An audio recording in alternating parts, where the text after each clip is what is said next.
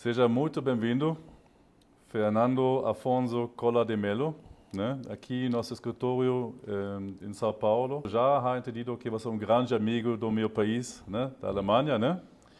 Mas não só isso, você é um político brasileiro muito famoso, jornalista, economista, foi senador do estado de Alagoas, né? 32º presidente do Brasil e, isso é interessante, hoje faz exatamente 33 anos da sua posse, é isso? É isso, verdade.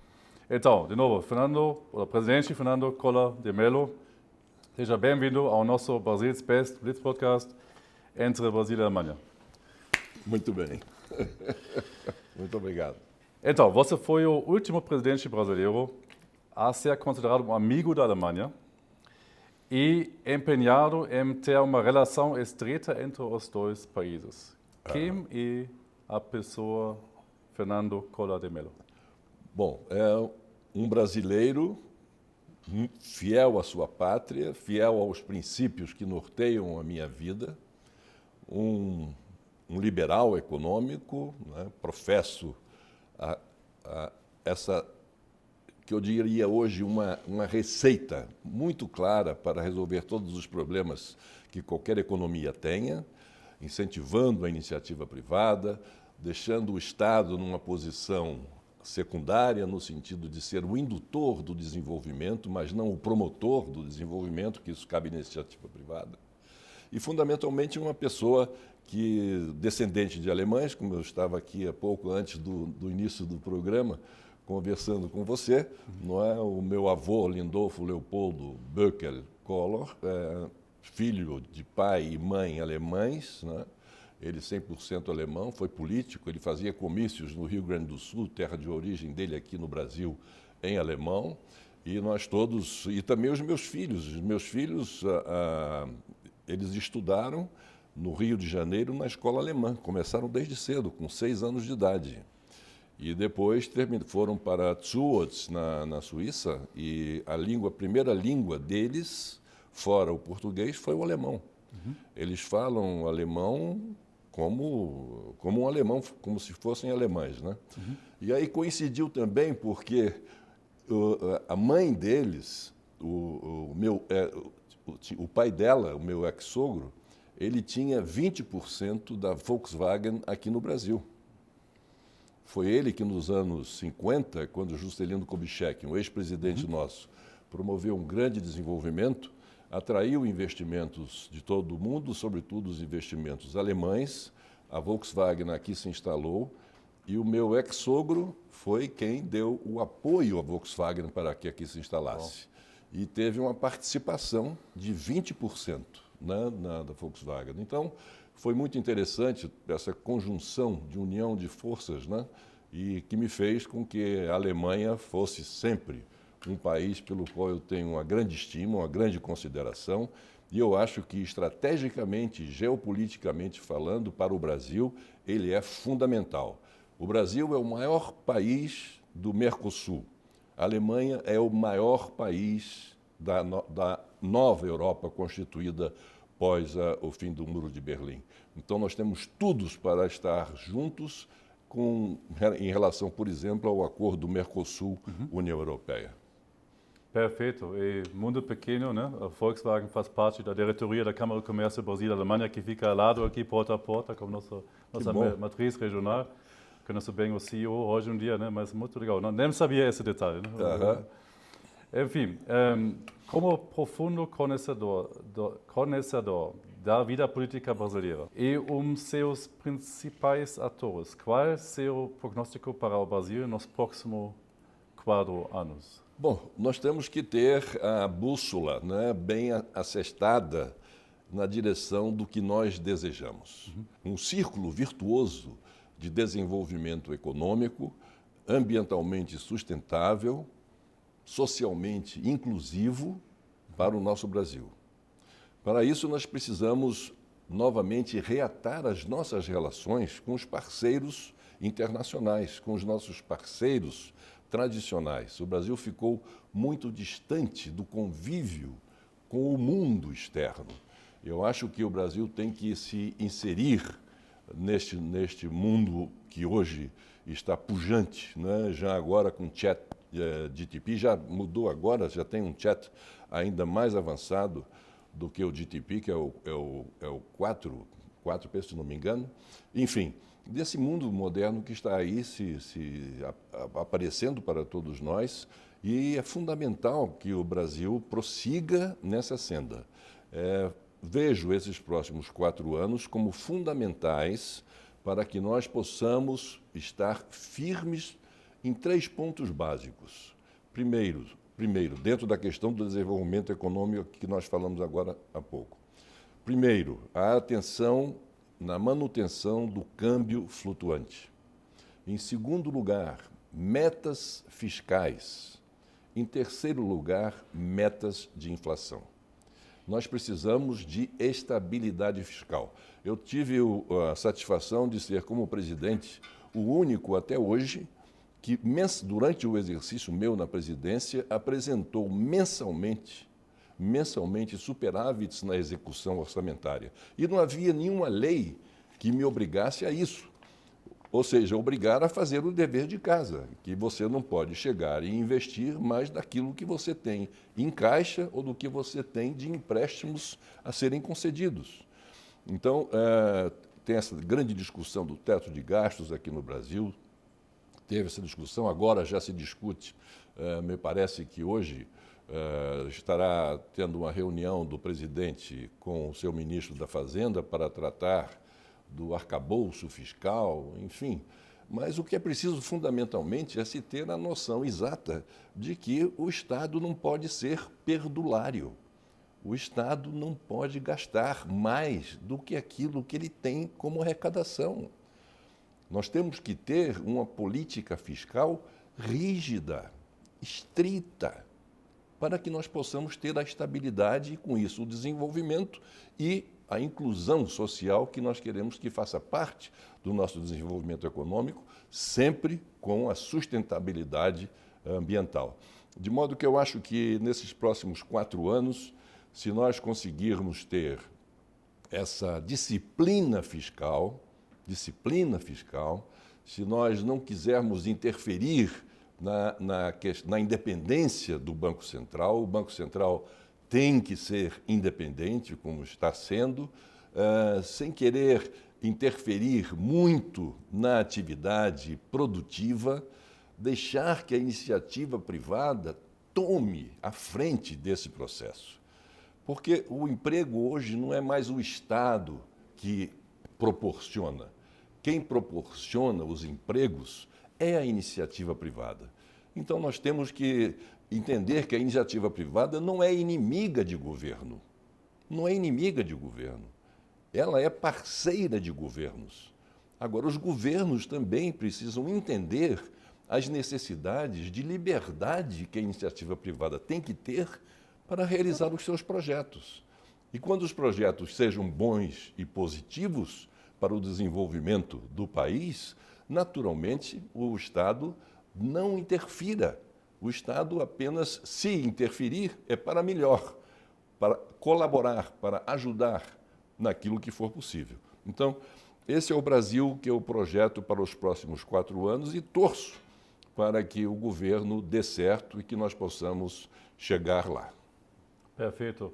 Talvez minha equipe é muito jovem, eles não vão mais lembrar, mas nós pesquisamos que você foi responsável pela abertura do mercado, promovido pelo seu governo em 90, 91, né? Mais ou menos nesse.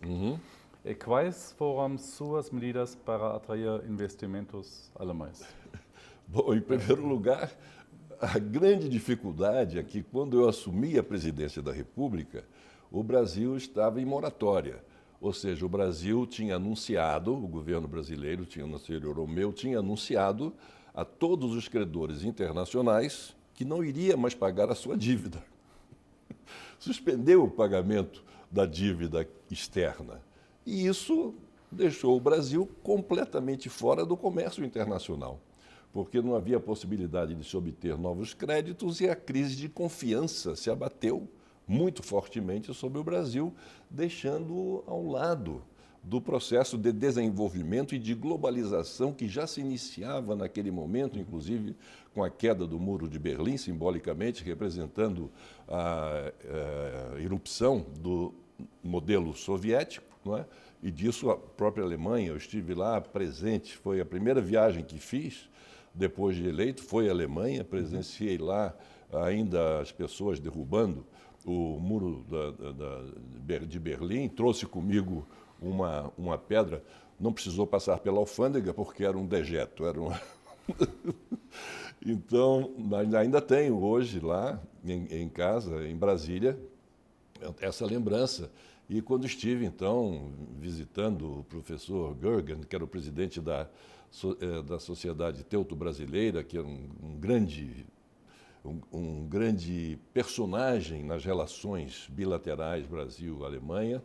Enfim, então, desse modo é que nós entramos nesse momento, né, na posição de podermos trabalhar para que o mundo entendesse que o Brasil, no meu governo, iria sim pagar a sua dívida externa. Então, depois, conversando outras vezes com o presidente, com o chanceler Helmut Kohl, com o presidente Weisenberger, acho que o nome dele era o presidente da época. Então, eu disse a eles, como disse também outros líderes europeus e americanos, na época o presidente George Bush, de que nós iríamos retomar o pagamento da dívida externa. E fizemos uma renegociação, dos juros da dívida e depois da dívida principal, e o Brasil, com isso, se reintegrou à comunidade internacional e à comunidade financeira internacional, ao mesmo tempo em que o Brasil também se inseriu na questão ambiental. No primeiro encontro que eu tive com o nosso chanceler Helmut Kohl, o que nós tratamos foram de 2 pontos fundamentais: economia, a questão da renegociação da dívida, que a Alemanha, inclusive, nós tínhamos dívidas em relação ao governo alemão, e a questão ambiental. Então, são temas que hoje ainda estão presentes, né, nas relações internacionais, sobretudo a questão ambiental, que urge que nós tomemos alguma providência, e estamos no campo econômico tratando aí da finalização do acordo entre a União Europeia e o Mercosul. Depois, a abertura comercial que nós fizemos, né, foi uma abertura. O Brasil era um país que estava muito voltado ainda para a questão da substituição de importações, querendo fabricar aqui o que a gente teria que importar, né? Mas nós perdemos em competitividade bastante. A nossa indústria ficou muito atrás dos produtos que as outras indústrias estavam fabricando internacionalmente. Então, nós fizemos uma abertura comercial, fizemos uma abertura ao capital estrangeiro, e foi uma revolução, foi uma abertura comercial que deu essa pujança ao Brasil de ressurgir de uma economia inteiramente paralisada pela falta de produtividade e inoperância para um país com a sua indústria pujante e aberta ao capital internacional. Perfeito. Você mencionou um nome muito comum na Alemanha, o Helmut Kohl. Minha infância inteira, eu lembro, ele foi chamado na Alemanha o pai da Alemanha, né? Porque ele foi o grande pai da Alemanha. Foi da unificação alemã. Sim. Ele era um homem extraordinário. Eu tenho as melhores lembranças dele, e ele me dizendo, numa das conversas nossas, ele falava da dificuldade, ele estava muito entusiasmado com a reunificação da Alemanha, absolutamente entusiasmado, decidido a fazer todo o possível para que a Alemanha ficasse reunificada e o nível da Alemanha Oriental, em termos de ensino, de estudo, de capacitação, pudesse rapidamente chegar ao nível da, então, Alemanha Ocidental. Né? E ele me dizendo, era a cifra que ele estava dizendo que iria investir para isso era enorme, era um montante enorme. E eu falei, mas é muito dinheiro isso, chanceler? Ele disse, mas não há dinheiro que chegue para que nós possamos ter a Alemanha unida novamente. Então, ele me impactou muito nas nossas conversas e foi um personagem que eu tive muito prazer e muito orgulho em conhecer e com ele participar de diversas conversas que trouxeram uma relação ainda mais estreita entre o Brasil e a Alemanha. Perfeito. Você já mencionou que sua primeira viagem como presidente do Brasil foi à Alemanha, né? Num frio de janeiro 90, muito frio, né? Muito frio, muito frio. E, mais uma vez, por que a Alemanha e qual foi sua agenda? A Alemanha por isso tudo, porque as minhas raízes estão também na Alemanha. E a gente costuma se alimentar pelas nossas raízes. Da mesma maneira que uma árvore ela se alimenta pelas raízes do local em que ela se encontra, não é? As nossas raízes, elas são atávicas, não é? Então, corre nas minhas veias o sangue alemão. Então, a questão que eu sempre aprendi em casa, sobretudo com a minha mãe, com a minha avó, que era uma prussiana, não é? É sempre a questão da disciplina, do respeito ao horário, de respeito às pessoas com quem você trabalha, ser firme nas suas decisões, ter clareza naquilo que você quer fazer e expressar para as pessoas e, sobretudo, cumprir com os compromissos assumidos. Depois de um shaking hands, palavra dada, palavra cumprida, e isso é fundamental para que nas relações internacionais nós possamos ter a credibilidade necessária dos nossos parceiros para com eles fazermos as negociações que interessam aos nossos países. Obrigado por falar isso, porque toda a equipe tem agora a experiência de trabalhar com alemão muito chato de vez em quando, né? que é cumprir as metas, né? Que o brasileiro explica isso muito melhor, né? Então realmente é assim, né? Tem que ser assim, tem que ser assim. Cumprir umas palavras, mas são muito chatas para chegar ao objetivo, né? Mas essa parceria entre brasileiros e alemães é muito proveitoso, né? Muito proveitoso. E a Alemanha, nós temos tudo agora, não é? Nesse acordo que passou 20 anos. Vejam vocês, há 20 anos que nós estamos negociando, nós, parceiro Brasil e os parceiros do Brasil no Mercosul, um acordo comercial com a União Europeia. Há 20 anos. E agora eu já recebi informações de que ontem terminou em Belo Horizonte, aliás, em Buenos Aires, e terminou em Buenos Aires, e em Belo Horizonte foi uma reunião de um secretário de Estado alemão, falando sobre investimentos lá na região de Minas Gerais, e lá em Buenos Aires, aí sim, ontem, terminou dia 14, um encontro dos negociadores do Mercosul para levar as propostas que a União Europeia estava solicitando. Então, já foi dado um passo muito importante. E é claro que nesse acordo da União Europeia com os países do Mercosul, nós teremos total e absoluta disponibilidade para fazer com que a Alemanha seja o nosso principal interlocutor. Não pode ser de outra maneira. A Alemanha é a líder da comunidade europeia. Líder da comunidade europeia. Está aí dando demonstrações evidentes disso, e isso nos faz acreditar que, em função, inclusive, da colônia alemã que nós temos no Brasil, do número de empresas alemãs que nós temos no Brasil, multinacionais alemãs, que aqui estão instaladas há 70 anos ou mais, não é? E famílias alemães, enfim, nós temos uma aproximação muito forte. E com esse acordo sendo assinado, eu acho que as nossas relações bilaterais vão ter um acréscimo muito forte. Hoje nós temos um déficit na nossa balança comercial em relação à Alemanha, não é?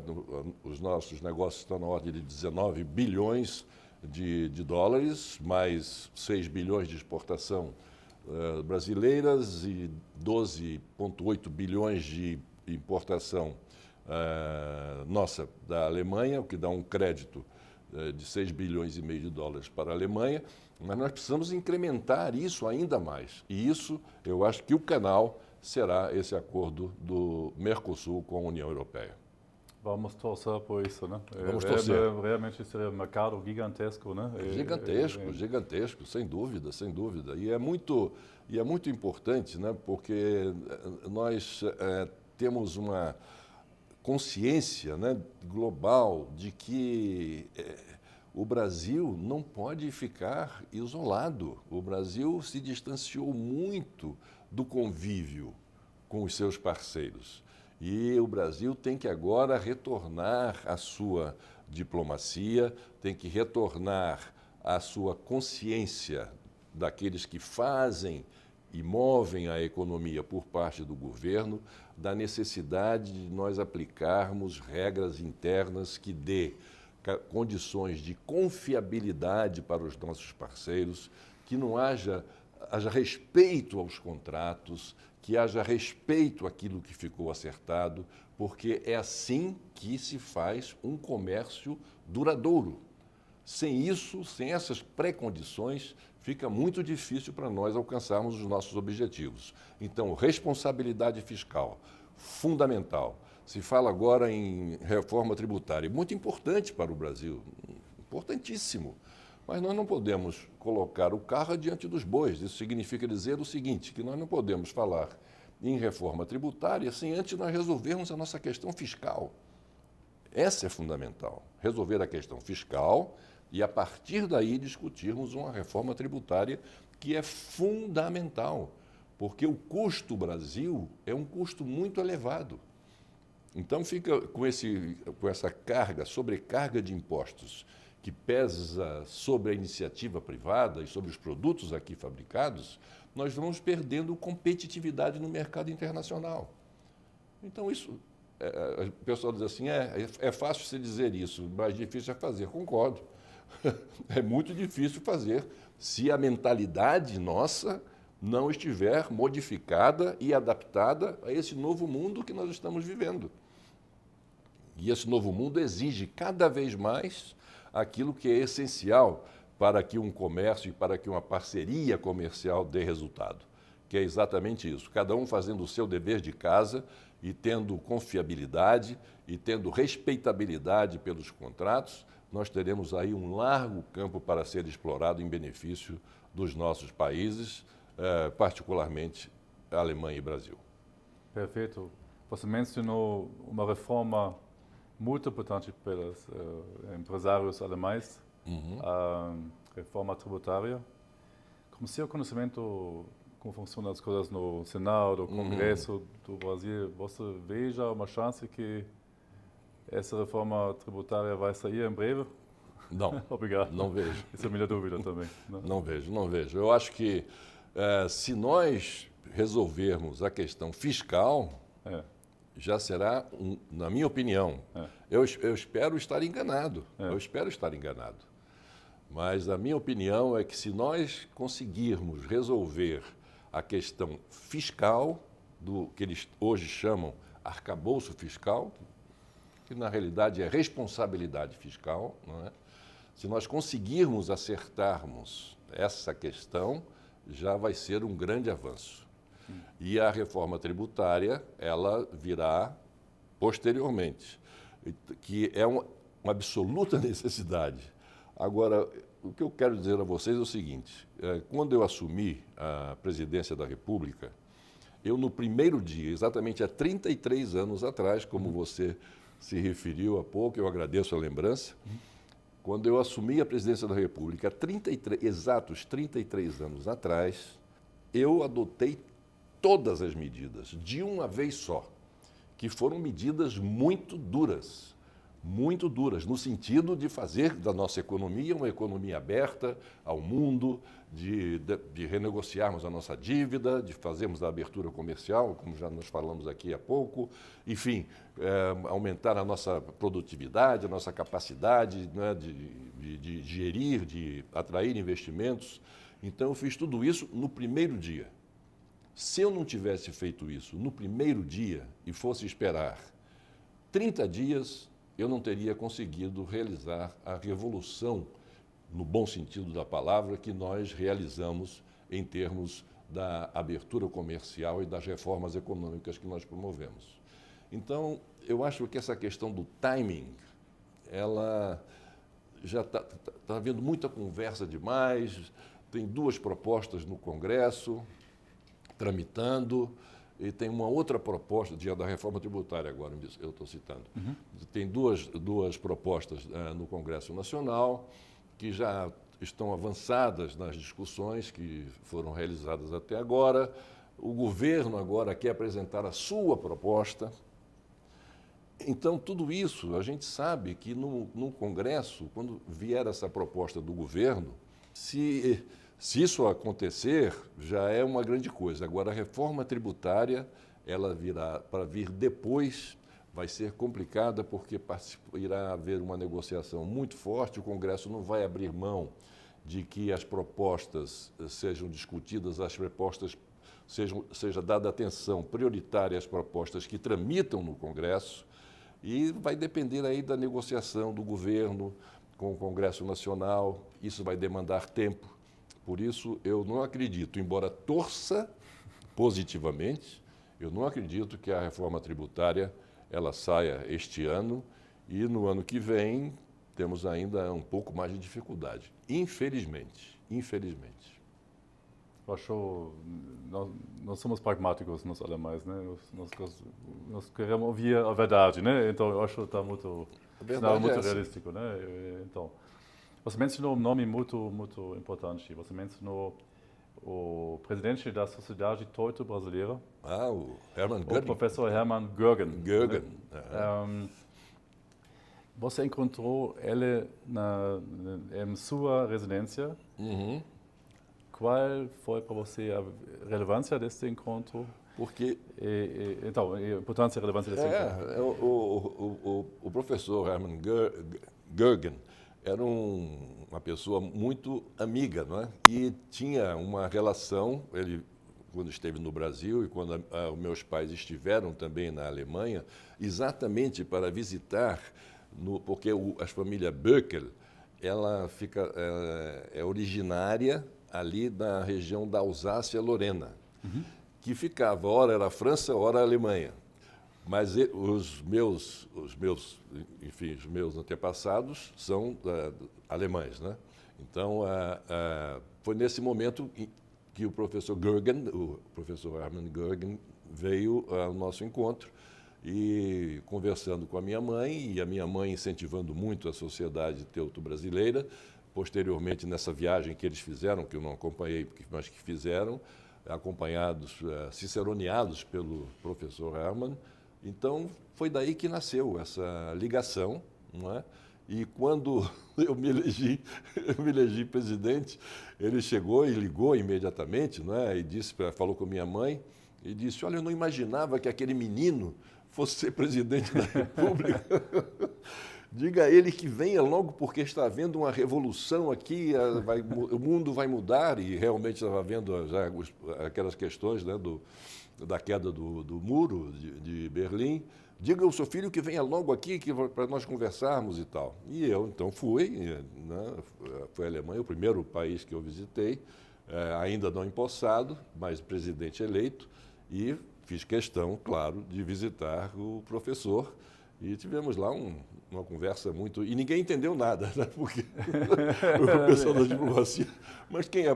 É uma visita particular e especial que eu vou fazer ao professor Göring. Então, foi uma visita na casa dele, ele foi sempre muito atencioso. Lamentavelmente nos deixou agora em 1994, se não me engano, ele nos deixou, mas a Sociedade Teuto-Brasileira continua lá, e agora nós temos também o doutor Frederico Wallin, que está aqui conosco, não é? Que ele constituiu uma nova sociedade, não é? de negociação de economia e política, não é?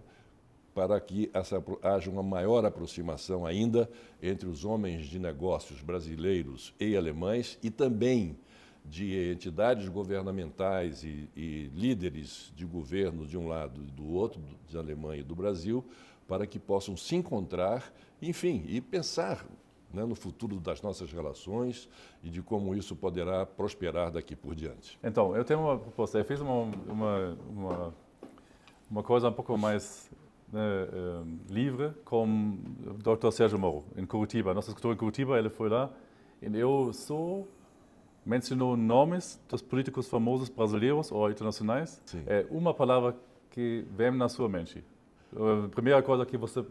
Vamos lá, Bolsonaro. Foi um presidente que, eleito pelo povo brasileiro, um outsider da política, embora tenha tido 30 anos, 28 anos mais precisamente, como deputado na Câmara Federal, mas ele sempre se considerou um outsider da política.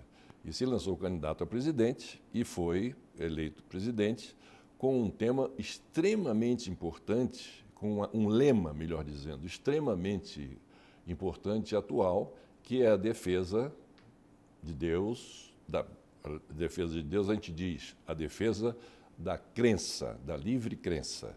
Deus, família, ou Deus, pátria, família e liberdade, que são, meu avô era o Lindolfo Leopoldo Böker Collor, era luterano, não é? E no luteranismo todos esses valores foram incutidos em nós, não é? Deus, pátria, família e liberdade. Então ele levou isso muito adiante e contou com a participação entusiasmada da população. Fez um governo, do ponto de vista econômico, exemplar, com o seu ministro Paulo Guedes, grande ministro da Fazenda. Pode-se colocar o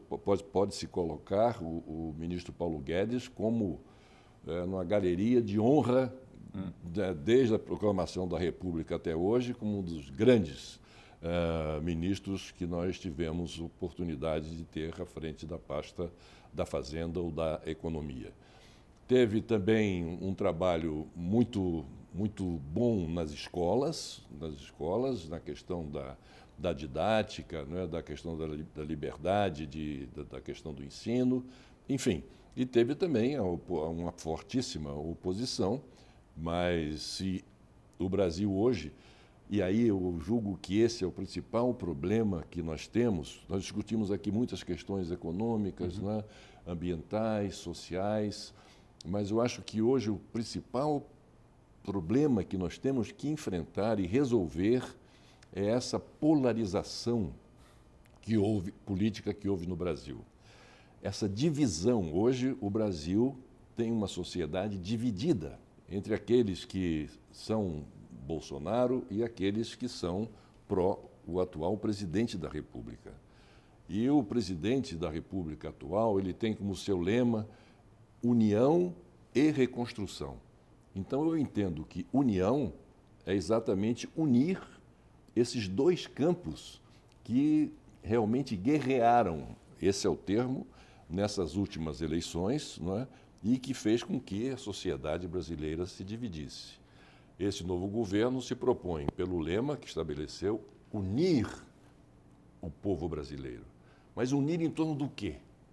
Em torno de um projeto, de uma proposta, que as pessoas entendam, que elas entendam que aquelas propostas têm sentido e que terão reflexos, se aplicadas, na vida de cada um. Não se pode mais acirrar os ânimos. Acabou a eleição, tem um vencedor e um vencido. Ao vencedor, sempre, historicamente, cabe o gesto de estender a mão,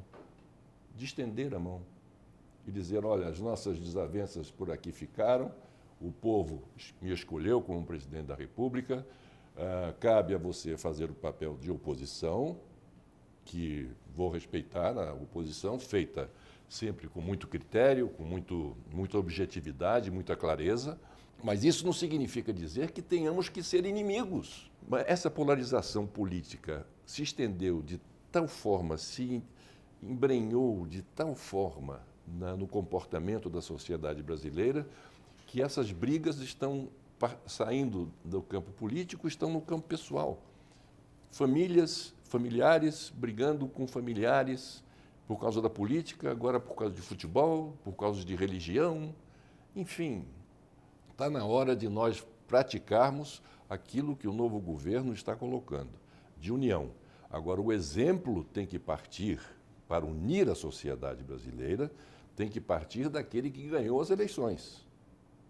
A ele cabe estender as mãos e pacificar a alma do povo brasileiro, pacificar os corações. Vamos nos objetivar aquilo e focar naquilo que realmente nos interessa. O que nos interessa é o bem-estar da população. O que nos interessa é um povo confraternizando nas ruas e não brigando, trocando pedradas e pedaços, enfim, agredindo uns aos outros. Não, esse não é o Brasil. O Brasil não é isso. O Brasil é o povo que tem o povo alegre, amigo, cordial, feliz, não é? Mesmo com todos os infortúnios por que tem passado, mas esse é o povo brasileiro, essa é a alma do povo brasileiro. Então, união nesse momento. Eu acho que essa polarização política é o ponto primordial para que nós possamos conciliar a sociedade brasileira em torno de um projeto que o governo atual apresente, em que o povo brasileiro se sinta neste projeto representado. Polarização, grande tema. Nós somos uma empresa da auditoria, né? Nós encontramos com nosso grande amigo, o senador Marcos Pontes, astronauta Marcos Pontes, no Senado, em Brasília. E ele me falou por que nós não temos, como alguns países, uma auditoria do governo, cada 4 anos, com metas atingidas para evitar esse, como se diz exatamente, esquerda, direita, não importa. Ele quer criar uma auditoria obrigatória, cada governo, para ter metas objetivas. O que você acha sobre essa ideia? Eu acho a ideia ótima, mas ela é inexequível. Porque o que nós precisamos, na realidade, quando nós discutimos um tema como esse, de uma auditoria, que o governo seja auditado ou auditável, o que nós precisamos é mudar o sistema político brasileiro. Esse presidencialismo que nós temos aqui no Brasil, esse é um presidencialismo que é do tempo do Ronca, do tempo da época, sabe, lá de trás. Por isso que eu defendo o parlamentarismo. O parlamentarismo, como tem, por exemplo, na Alemanha. Porque a Alemanha, que é um país parlamentarista, tem um chefe de Estado, que é o presidente da República, tem um chefe de governo, que é o chanceler. Por que sai o chanceler, entra o chanceler de partidos diferentes, entra presidente, sai presidente de partidos diferentes e a Alemanha continua crescendo e o governo funcionando? Por quê? Porque tem uma burocracia estável. Independente do governo que venha a suceder e que seja esse o governo eleito, seja oposição ao governo que estava no exercício, ele não consegue fazer o que aqui no Brasil acontece. Por quê? Porque lá na Alemanha vocês têm uma burocracia estabilizada, uma burocracia que alcança o serviço público com base no mérito, com base em concurso público. Então, entra quem tem mérito, tem que ter capacidade e que tem a cabeça voltada. Eu sou funcionário não de governos, eu sou funcionário do Estado, não é? Então, aqui no Brasil, para que vocês tenham uma ideia, o presidente da República, quando assume, ele tem 27 mil cargos para serem preenchidos, porque as pessoas que estejam ocupando esses cargos podem ser demitidas, como se diz, ad nutum, quer dizer, com a simples assinatura de um presidente, ele é demitido. E colocam pessoas. E essas outras pessoas talvez não estejam, né, preparadas para dar continuidade ao trabalho que foi feito pelo anterior. E esse é o problema, porque a memória a memória da administração é fundamental que ela se mantenha. E essa memória da administração, essa questão do rodoanel, por exemplo, que o governador Tarcísio, o grande governador Tarcísio, que ontem fez o leilão, esse rodoanel, tá, a obra paralisada há 5 anos. 5 anos. Uma obra iniciada há 15. E uma obra essencial para São Paulo. E até agora, a não ser agora, ontem o governador Tarcísio resolveu o problema, não se deu continuidade. Por quê? Porque foi uma obra, elegeu um governador, não, mas esse governador, o governador que deixou essa obra, não deixou recursos necessários, eu tenho outra ideia, eu tenho outro pensamento. E é isso que acontece. Então, nós hoje no Brasil, nós temos, sei lá, 15 mil obras inacabadas. Inacabadas. Por quê? Assume um governo, não quer dar continuidade às obras iniciadas pelo seu antecessor, não é? Então, vai fazer um novo projeto e, assim, o dinheiro fica levado ao desperdício. E, com isso, quem sofre é a população, em última instância. Então, o que eu discuto nessa questão da auditoria é a questão de nós mudarmos o sistema político. Nós temos que ter um sistema parlamentarista de governo. Um presidente que tome conta das questões de Estado, relações diplomáticas, chefia o comando das Forças Armadas e um primeiro-ministro ou um chanceler que tome conta da casa. Igual como na Alemanha, né? Basicamente, né? Exatamente. Então, eu acho que é isso que nós... E isso aí, essa auditoria, ela é feita automaticamente pela própria população. Porque um chanceler ou um primeiro-ministro, num sistema parlamentarista, se ele não estiver cumprindo rigorosamente com aquilo que o seu grupo político, que formou a maioria, no caso lá do Bundestag ou aqui no Congresso Nacional, ele chega e recebe um voto de desconfiança. Então ele é retirado. E essa maioria formada dentro do Bundestag ou dentro do Congresso Nacional, que seria o Congresso Nacional no regime parlamentarista, escolhe um novo primeiro-ministro com aquele programa específico para ser cumprido. Essa é a grande auditoria que a gente pode fazer. E tudo pela via democrática.